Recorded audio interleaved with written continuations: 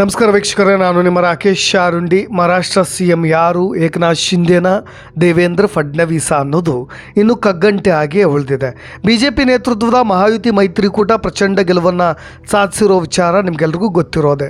ಈ ಬಣದಲ್ಲಿ BJP ಒಂದೇ ವೈಯಕ್ತಿಕವಾಗಿ ಸ್ಪರ್ಧೆ ಮಾಡಿದಂಥ 149 ಸ್ಥಾನಗಳಲ್ಲಿ 132 ಸ್ಥಾನಗಳನ್ನು ಗೆದ್ದು ಬೀಗಿದೆ. ಮಹಾರಾಷ್ಟ್ರದಲ್ಲಿ BJP ನೇತೃತ್ವದ ಮಹಾಯುತಿ ಅಬ್ಬರಿಸಿ ಬೊಬ್ಬರಿದು ಬಿಟ್ಟಿದೆ. ಆದರೆ ಎಲ್ಲಕ್ಕಿಂತ ಹೆಚ್ಚಾಗಿ ಗಮನ ಸೆಳೀತಾ ಇರೋದು BJPಯ ವೈಯಕ್ತಿಕ ಫಲಿತಾಂಶ.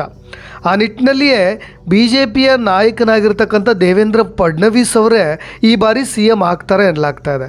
ಇದೇ ಮೊದಲ ಬಾರಿಗೆ ರಾಜ್ಯದಲ್ಲಿ ಹಿಂದೆಂದೂ ಕೂಡ ಗೆಲ್ಲದಷ್ಟು ಸ್ಥಾನಗಳನ್ನು ಗೆದ್ದು BJPಯು ಕೂಡ ಮುನ್ನುಗ್ತಾ ಇರೋದು. ಆದರೆ BJPಯ ದೇವೇಂದ್ರ ಫಡ್ನವೀಸ್ ವೈಯಕ್ತಿಕವಾಗಿ ಗೆದ್ದ ಅಧಿಕ ಸ್ಥಾನಗಳಿಂದ ಈ ಮೈತ್ರಿಕೂಟದಲ್ಲಿ, ಅಂದರೆ ನಿಮಗೆಲ್ಲ ಗೊತ್ತಿರುವಂತೆ ಮಹಾಯುತಿಯ ಮೈತ್ರಿಕೂಟ BJP ಜೊತೆಗೆ ಇದೇ ಏಕನಾಥ್ ಶಿಂದೆಯವರ ಶಿವಸೇನೆ ಬಣ ಜೊತೆಗೆ NCPಯ ಅಜಿತ್ ಬಣ, ಇದರಲ್ಲಿ ಅಧಿಕ ಸ್ಥಾನಗಳನ್ನು ಗಳಿಸಿರೋದು ದೇವೇಂದ್ರ ಫಡ್ನವೀಸ್ ಅವರೇ CM ಆಗ್ತಾರೆ ಅಂತ.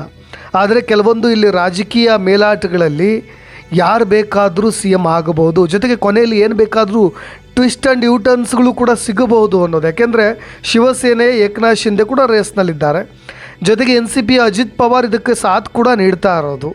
ಇವೆಲ್ಲದರ ನಡುವೆ ಏನಾದರೂ ಏಕನಾಥ್ ಶಿಂದೆ ಮತ್ತೆ CM ಆಗಿಬಿಟ್ರೆ ಅನ್ನೋ ಮಾತುಗಳು ಈಗ ಚರ್ಚೆಯ ನಡುವೆ ಏಕನಾಥ್ ಶಿಂದೆ ಒಬ್ಬ ಸಾಮಾನ್ಯ ಆಟೋ ಡ್ರೈವರ್, ಇಲ್ಲಿಯವರೆಗೂ ಬೆಳೆದು ಬಂದ ರೀತಿ, ಜೊತೆಗೆ ಇವತ್ತು ಅವರು CM ಸ್ಥಾನಕ್ಕೂ ಕೂಡ ಏರ್ತಾ ಇರುವಂಥ ಲಕ್ಷಣಗಳು ಗೋಚರವಾಗ್ತಾ ಇರೋದು ಮಹಾರಾಷ್ಟ್ರ ರಾಜಕೀಯ ವಲಯದಲ್ಲಿ ಸಂಚಲನವನ್ನು ಸೃಷ್ಟಿ ಮಾಡ್ತಾ ಇರೋದು. ಮಹಾವಿಕಾಸ್ ಅಘಾಡಿ ಲಗಾಡಿ ಹೊಡೆದಿದೆ ಅಂತ ಆರಂಭದಲ್ಲಿ ಅಬ್ಬರಿಸಿದಂಥ ಮಹಾಯುತಿ ಬಣದಲ್ಲೀಗ ಆಂತರಿಕ ಕಲಹಗಳು ಭುಗಿಲೇಳ್ತವೆ. ಸಮೀಕ್ಷೆಗಳ ಲೆಕ್ಕಾಚಾರಗಳನ್ನು ಬುಡಮೇಲು ಮಾಡಿರ್ತಕ್ಕಂಥ ಮಹಾಯುತಿ 288 ಸದಸ್ಯ ಬಲದ ಮಹಾರಾಷ್ಟ್ರ ವಿಧಾನಸಭೆಯಲ್ಲಿ 230 ಸ್ಥಾನಗಳನ್ನು ಮುನ್ನಡೆ ಕಾಯ್ದುಕೊಳ್ತು. ಇದು ರಾಜ್ಯದ ಚುನಾವಣಾ ಇತಿಹಾಸದಲ್ಲಿ ಒಂದು ಮೈತ್ರಿಕೂಟ ಪಕ್ಷವೊಂದರ ಅತ್ಯುತ್ತಮ ಪ್ರದರ್ಶನ, ಒಂದು ಬಣವೊಂದರ ಅತ್ಯುತ್ತಮ ಪ್ರದರ್ಶನ ಅನ್ನೋದು ಒಂದು ಕಡೆ ಹೆಮ್ಮೆ ವಿಷಯ. ಆದರೆ ಇಷ್ಟು ದಿನಗಳಾದರೂ ಸರ್ಕಾರ ರಚನೆಯಲ್ಲಿ ಸ್ಲೋ ಡೌನ್ ಆಗಿರೋದಿದೆಯಲ್ಲ, ಮಹಾಯುತಿಯ ವಿರುದ್ಧ ಪ್ರತಿಪಕ್ಷಗಳು ಕೆಂಡ ಕಾರ್ತಾ ಇದ್ದಾವೆ. ಇಷ್ಟು ಹೊತ್ತಿಗೆ ರಾಷ್ಟ್ರಪತಿ ಆಡಳಿತ ಹೇರಬೇಕಿತ್ತು ಅನ್ನೋ ಮಾತುಗಳು ಕೂಡ ವಿರೋಧ ಪಕ್ಷಗಳಿಂದ ಕೇಳಿಬರ್ತಾ ಇರೋದು. ಒಂದು ಕಡೆ ಅನಾರೋಗ್ಯದ ನೆಪ ಒಡ್ಡಿ ಊರಿಗೆ ತೆರಳಿರೋ ಏಕನಾಥ್ ಶಿಂದೆ ಲೆಕ್ಕಾಚಾರಗಳೇ ಯಾರಿಗೂ ಗೊತ್ತಾಗ್ತಾ ಇಲ್ಲ. ಏಕನಾಥ್ ಶಿಂದೆನ CM ಅಭ್ಯರ್ಥಿ ಅಂತ ಘೋಷಣೆ ಮಾಡಿದ್ರೂ ಅಚ್ಚರಿ ಏನಿಲ್ಲ. ಇದೆಲ್ಲದರ ನಡುವೆ ಅವ್ರ ಪರ್ಸ್ನಲ್ ಲೈಫ್ ಬಗ್ಗೆ ನೋಡೋಣ.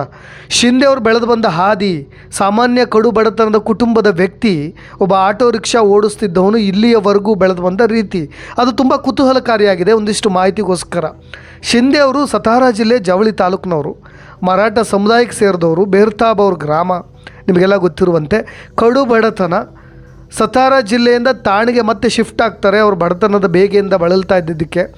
ಆದರೆ ಅವರು 11ನೇ ಕ್ಲಾಸ್ಗೆ ಅವ್ರ ಶಿಕ್ಷಣವನ್ನು ಕೂಡ ಮೊಟಕುಗೊಳಿಸಬೇಕಾಗುತ್ತೆ. ಅದೆಲ್ಲದಕ್ಕೂ ಕೂಡ ಕಾರಣ ಬಡತನ. ಹೈಯರ್ ಸ್ಟಡೀಸ್ನು ಮಾಡೋಕ್ಕಾಗಲಿಲ್ಲ, ಮುಂದೆ ಶಿಕ್ಷಣವನ್ನು ಕೂಡ ಕಂಟಿನ್ಯೂ ಮಾಡಲಿಕ್ಕೆ ಆಗೋದಿಲ್ಲ. ಆದರೆ ಇಡೀ ಕುಟುಂಬದ ಜವಾಬ್ದಾರಿ ಇದೇ ಏಕನಾಥ್ ಶಿಂದೆ ಅವ್ರ ಮೇಲೆ ಬೀಳುತ್ತೆ. ಹಾಗಾಗಿ ಠಾಣೆಯಲ್ಲಿ ತನ್ನ ಕುಟುಂಬವನ್ನು ಪೋಷಣೆ ಮಾಡಬೇಕು ಅಂತಲೇ ಆಟೋ ರಿಕ್ಷಾ ಓಡಿಸ್ಲಿಕ್ಕೆ ಮುಂದಾಗ್ತಾರೆ. ಜೊತೆಗೆ ಎಣ್ಣೆ ತಯಾರಿಸೋ ಕಾರ್ಖಾನೆಯಲ್ಲೂ ಕೂಡ ಕೆಲಸ ಮಾಡಿದ್ದಾರೆ ಅನ್ನೋ ಮಾಹಿತಿಯೂ ಕೂಡ ಇದೆ. ಜೊತೆಗೆ ಬಾಲಾಸಾಬ್ ಠಾಕ್ರೆ ನಿಮಗೆಲ್ಲ ಗೊತ್ತಿರ್ಬೋದು, ರಾಜಕೀಯದಲ್ಲಿ ಅವ್ರದ್ದೇ ಆದಂಥ ಒಂದು ಛಾಪನ್ನು ಮೂಡಿಸಿದವರು. ಇದೇ ಬಾಲಾಸಾಬ್ ಠಾಕ್ರೆಯಿಂದ ಪ್ರಭಾವಿತರಾದಂಥ ಏಕನಾಥ್ ಶಿಂದೆ ಶಿವಸೇನೆ ಪಾರ್ಟಿಗೋಸ್ಕರ ಆರಂಭದಲ್ಲಿ ಕೆಲಸ ಮಾಡಲಿಕ್ಕೆ ಶುರು ಮಾಡ್ತಾರೆ. ಆರಂಭದಲ್ಲಿ ಅವರು ಗುರುತಿಸ್ಕೊಂಡಿದ್ದೆ ಬಾಲಾಸಾಬ್ ಠಾಕ್ರೆ ಅವರ ಶಿವಸೇನಾ ಪಾರ್ಟಿಯಿಂದ. ನಿಮಗೆಲ್ಲಾದರೂ ಒಂದು ಹಿಸ್ಟರಿಯನ್ನು ನೋಡಬೇಕು ಅಂದರೆ ಶಿವಸೇನೆಯ ಹವಾ ಹೇಗಿತ್ತು ಅಂದರೆ, ಅದರ ವಿರುದ್ಧವಾಗಿ ಯಾವ ಪಕ್ಷಗಳು ಕೂಡ ಇನ್ನೂ ಕೂಡ ಮೊಳಕೆ ಹೊಡೆಯೋದು ಕೂಡ ಕಷ್ಟ ಇತ್ತು. ಇನ್ನು ನಾವು ಈವನ್ BJP ಕೂಡ ಅದರ ಸಮೀಪಕ್ಕೂ ಕೂಡ ಹೋಗಲಿಕ್ಕೆ ಸಾಧ್ಯವಾಗ್ತಾ ಇರಲಿಲ್ಲ. ಜೊತೆಗೆ ಆರಂಭದಲ್ಲಿ 2004ರಲ್ಲಿ ಇದೇ ಏಕನಾಥ್ ಶಿಂದೆ ಠಾಣೆಯಿಂದ ಮೊದಲು ಚುನಾವಣೆಯಲ್ಲಿ ಚೊಚ್ಚಲ ಸ್ಪರ್ಧೆಯನ್ನು ಮಾಡ್ತಾರೆ ರಾಜಕೀಯಕ್ಕೆ ಇಳಿದು. ನಂತರ ಬಾಲಾಸಾಬ್ ಠಾಕ್ರೆ ಅಕಾಲಿಕ ನಿಧನದ ನಂತರ ಶಿವಸೇನಾ ಪಾರ್ಟಿಯ ಮಹಾನೇತಾರನಾಗಿಯೂ ಕೂಡ ಇದೇ ಏಕನಾಥ್ ಶಿಂದೆ ಅವರು ಗುರುತಿಸ್ಕೊಳ್ತಾರೆ. ಆದರೆ ಒಂದು ಕ್ಷಣದಲ್ಲಿ ಇವರು ರಾಜಕೀಯದಿಂದ ವಾಪಸ್ ಬರಲಿಕ್ಕೂ ಕೂಡ ನಿರ್ಧಾರ ಮಾಡಿಬಿಡ್ತಾರೆ. ಸಾಕಪ್ಪ ನನಗೆ ಅಂತ. ಯಾಕೆಂದರೆ ಒಂದು ಮಾನಸಿಕ ಖಿನ್ನತೆಗೂ ಕೂಡ ಒಳಗಾಗ್ತಾರೆ. ಯಾಕೆಂದರೆ ಅವ್ರ ಕುಟುಂಬದಲ್ಲಿ ನಡೆದಂಥ ಒಂದು ದೊಡ್ಡ ದುರಂತ ಅಂತಲೇ ಹೇಳ್ಬೋದು. ನಮಗೆ ಬಲ್ಲ ಮೂಲಗಳ ಪ್ರಕಾರ ಶಿಂದೆಯವರ 11 ವರ್ಷದ ಮಗ ಮತ್ತು 7 ವರ್ಷದ ಮಗಳು 2000ನೇ ಇಸ್ವಿಯಲ್ಲಿ ದೋಣಿ ವಿಹಾರಕ್ಕೆ ಹೋದಾಗ ಆ ಸಮಯದಲ್ಲಿ ಮುಳುಗಿ ಸಾವನ್ನಪ್ಪಿಡ್ತಾರಂತೆ. ಆ ಸಂದರ್ಭದಲ್ಲಿ ಇಬ್ಬರು ಮಕ್ಕಳನ್ನು ಏಕಾಏಕಿಯಾಗಿ ಒಂದೇ ಕ್ಷಣ ಕಳೆದುಕೊಂಡಿದ್ದಕ್ಕೆ ಶಿಂದೆಯವರು ಮಾನಸಿಕವಾಗಿ ಜರ್ಜರಿತರಾಗ್ಬಿಡ್ತಾರೆ, ಖಿನ್ನತೆಗೊಳಗಾಗ್ಬಿಡ್ತಾರಂತೆ. ಅಲ್ಲಿಗೆ ಸಾಕು ನನಗೆ ಈ ರಾಜಕೀಯದಿಂದ ಅಂತ ಬಹಳಷ್ಟು ಅಪಾರ ಕನಸನ್ನು ಕಟ್ಕೊಂಡವರು ಇಲ್ಲಿಗೆ ನನ್ನ ಲೈಫ್ ನಿಲ್ಲಿಸ್ಬಿಡೋಣ ಅಂತ ಬಹಳಷ್ಟು ಖಿನ್ನತೆಗೊಳಗಾಗಿ ದೂರ ಸರ್ಕೊಂಡ್ಬಿಡ್ತಾರಂತೆ. ನಂತರ ಶಿವಸೇನೆಯ ವರಿಷ್ಠರಾಗಿದ್ದಂಥ ಆನಂದ ದಿಘೆ ಅವರು ಮನವೊಲಿಸಿ ಮತ್ತೆ ಅವ್ರನ್ನ ಪಾರ್ಟಿಗೆ ಸೇರ್ಪಡೆ ಮಾಡಿಕೊಳ್ತಾರೆ. ಇನ್ನು ಶಿಂದೆ ಅವರಿಗೆ ಈಗ ನಾವೆಲ್ಲರೂ ಕೇಳಿಬರ್ತಾ ಇದ್ದೀವಿ, ಶಿಂದೆ ಅವರ ಮಗನಿಗೆ DCM ಪಟ್ಟ ನೀಡಬೇಕು ಅನ್ನೋ ಮಾತುಗಳೆಲ್ಲ ಕೇಳಿಬರ್ತಾ ಇದೆಯಲ್ಲ, ಅದು ಶಿಂದೆಯವರ ಬದುಕುಳಿದಿರ್ತಕ್ಕಂಥ ಏಕೈಕ ಮಗ ಡಾಕ್ಟರ್ ಶ್ರೀಕಾಂತ್ ಶಿಂದೆ. ಅವರು ಕೂಡ ಈಗ ಮೂಳೆ ಶಸ್ತ್ರಚಿಕಿತ್ಸಕರಾಗಿ ಕೆಲಸ ಮಾಡಿದ್ರು. ಅದಾದ ನಂತರ 2014ರಿಂದ ಕಲ್ಯಾಣ ಕ್ಷೇತ್ರದಿಂದ MP ಆಗಿ ಆಯ್ಕೆ ಆದರು. ಜೊತೆಗೆ ಇದಾದ ನಂತರ ಇದೇ ಏಕನಾಥ್ ಶಿಂದೆ ಅವರು 2014ರಲ್ಲಿ BJP ಶಿವಸೇನಾ ಸಮ್ಮಿಶ್ರ ಸರ್ಕಾರದಲ್ಲಿ ಕ್ಯಾಬಿನೆಟ್ ಮಿನಿಸ್ಟರ್ ಆಗ್ತಾರೆ. 4 ಬಾರಿ MLA ಆದರು. ಅದಾದ ನಂತರ 2023ರಲ್ಲಿ ಶಿವಸೇನೆಯ ಅಧ್ಯಕ್ಷರಾಗಿಯೂ ಕೂಡ ಕೆಲಸ ಮಾಡಿದ್ದಾರೆ. ಇದು ಇವರಿಷ್ಟು ಪರ್ಸ್ನಲ್ ಲೈಫ್. ಅದಾದ ನಂತರ ಮತ್ತೆ ಮಹಾರಾಷ್ಟ್ರದಲ್ಲಿ ಮೈತ್ರಿಕೂಟ ಇದ್ದಾಗ ಮತ್ತೆ ಮಹಾರಾಷ್ಟ್ರ CM ಆಗಿಯೂ ಕೂಡ ಇದ್ದರು. ಮತ್ತೆ 2024 ಈ ಬಾರಿಯೂ ಕೂಡ ಏಕನಾಥ್ ಶಿಂದೆ ಅವರು CM ಆದರೆ ಅಚ್ಚರಿ ಏನಿಲ್ಲ. ಆದರೆ ಹೈಕಮಾಂಡ್ ಜೊತೆಗೆ ವರಿಷ್ಠರ ಮಾತುಗಳಂತೆ ಹೈಕಮಾಂಡ್ನ ಕೆಲವು ಮೂಲಗಳ ಪ್ರಕಾರ ದೇವೇಂದ್ರ ಫಡ್ನವೀಸ್ ಅವರು CM ಆಗ್ತಾರೆ ಅನ್ನೋ ಮಾತುಗಳು ಕೇಳಿಬರ್ತಾ ಇರೋದು. ಒಂದು ಕಡೆ ಏಕನಾಥ್ ಶಿಂದೆ ಅವರ ಬೆಳವಣಿಗೆಗಳು, ಅವರ ಹಾದಿಗಳು, ಜೊತೆಗೆ ಈಗ ಅವರ ವರ್ತನೆಗಳನ್ನು ನೋಡಿದ್ರೆ ಏನಾಗುತ್ತೋ ಏನೋ ಅನ್ನೋ ಮಾತುಗಳು ಯಾಕೆ ಮಹಾರಾಷ್ಟ್ರ ರಾಜಕೀಯದಲ್ಲಿ ಕೇಳಿಬರ್ತಾ ಇದೆ ಅಂದರೆ ಇದೊಂದು ಮಹಾ ಬಿಕ್ಕಟ್ಟಾಗಿ ಇನ್ನೂ ಕಗ್ಗಂಟಾಗಿ ಉಳಿದುಬಿಟ್ಟಿದೆ. ಒಂದು ಕಡೆ ಅನಾರೋಗ್ಯದ ಕಾರಣವನ್ನು ಮುಂದಿಟ್ಟು ಇದೇ ಸೋಮವಾರ ನಡೆಯಬೇಕಿದ್ದಂಥ ಸಭೆಗಳನ್ನು ಇದೇ ಏಕನಾಥ್ ಶಿಂದೆ ಅವರು ರದ್ದು ಮಾಡ್ತಾರೆ, ವಿಶ್ರಾಂತಿ ಮೊರೆ ಹೋಗ್ತಾರೆ. ಜೊತೆಗೆ ಸೋಮವಾರ ನಡೆಯಬೇಕಾಗಿದ್ದಂಥ ಮಹಾಯುತಿ ಶಾಸಕಾಂಗ ಪಕ್ಷದ ಆಯ್ಕೆ ಸಭೆಯನ್ನು ಕೂಡ ಮತ್ತೆ ಬುಧವಾರಕ್ಕೆ ಮುಂದೂಡಲಾಗಿದೆ. ಒಂದು ಕಡೆ ಮಗನಿಗೆ DCM ಸ್ಥಾನ ನೀಡಬೇಕು, ಜೊತೆಗೆ ಶಿವಸೇನೆಗೆ ಗೃಹ ಖಾತೆಯನ್ನು ನೀಡಬೇಕು ಅಂತ ಏಕನಾಥ್ ಶಿಂದೆ ಅವರು ಪಟ್ಟು ಹಿಡಿದಿದ್ದಾರೆ ಅಂತ ಮಾತುಗಳು ಕೂಡ ಕೇಳಿಬರ್ತಾ ಇದೆ. ಅದಕ್ಕೋಸ್ಕರವಾಗಿ ಅವರು ಅನಾರೋಗ್ಯದ ನೆಪ ಹೇಳಿಕೊಂಡು ಮೈತ್ರಿಕೂಟದ ಸಭೆಗಳಿಂದ ದೂರ ಉಳಿತಾ ಇದ್ದಾರೆ. ತನ್ನ ಅಹವಾಲು ಇದಿದೆ, ತನ್ನ ಬೇಡಿಕೆಗಳು ಇದ್ದಿದ್ದಾವೆ, ಅದನ್ನೆಲ್ಲವನ್ನು ಕೂಡ ಪೂರೈಸಿದರೆ ಸಭೆಗಳಿಗೆ ಬರೋಣ ಅನ್ನೋ ಮನಸ್ಥಿತಿ ಅವರದ್ದಾಗಿದೆ ಅನ್ನೋ ಮಾತುಗಳು ಕೇಳಿಬರ್ತಾ ಇದೆ. ಒಂದು ಇವೆರಡು ಬೇಡಿಕೆಗಳು, ಒಂದು ಮಗನಿಗೆ DCM, ಇನ್ನೊಂದು ಕಡೆ ಶಿವಸೇನೆಗೆ ಗೃಹ ಖಾತೆ ನೀಡಬೇಕು ಅಂತ.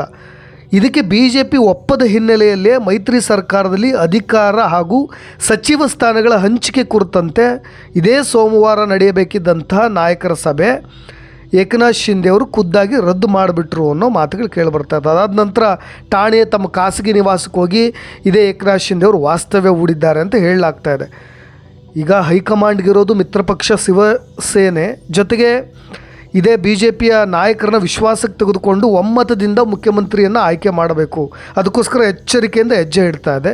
ಇನ್ನೊಂದು ಕಡೆ NCPಯ ನಾಯಕ ಅಜಿತ್ ಪವಾರ್ ಕೂಡ ಡೆಲ್ಲಿಗೆ ಹೋಗಿ ಬರ್ತಾ ಇದ್ದಾರೆ. ಇನ್ನು CM ಸ್ಥಾನದ ವಿಚಾರವಾಗಿ ಶಿಂದೆ ಬಣ ಮೈತ್ರಿಯಿಂದ ಹೊರ ಸರಿದಿದೆ ಅನ್ನೋ ವಿಚಾರಗಳು ಕೂಡ ಈಗ ಕೇಳಿಬರ್ತಾ ಇದೆ.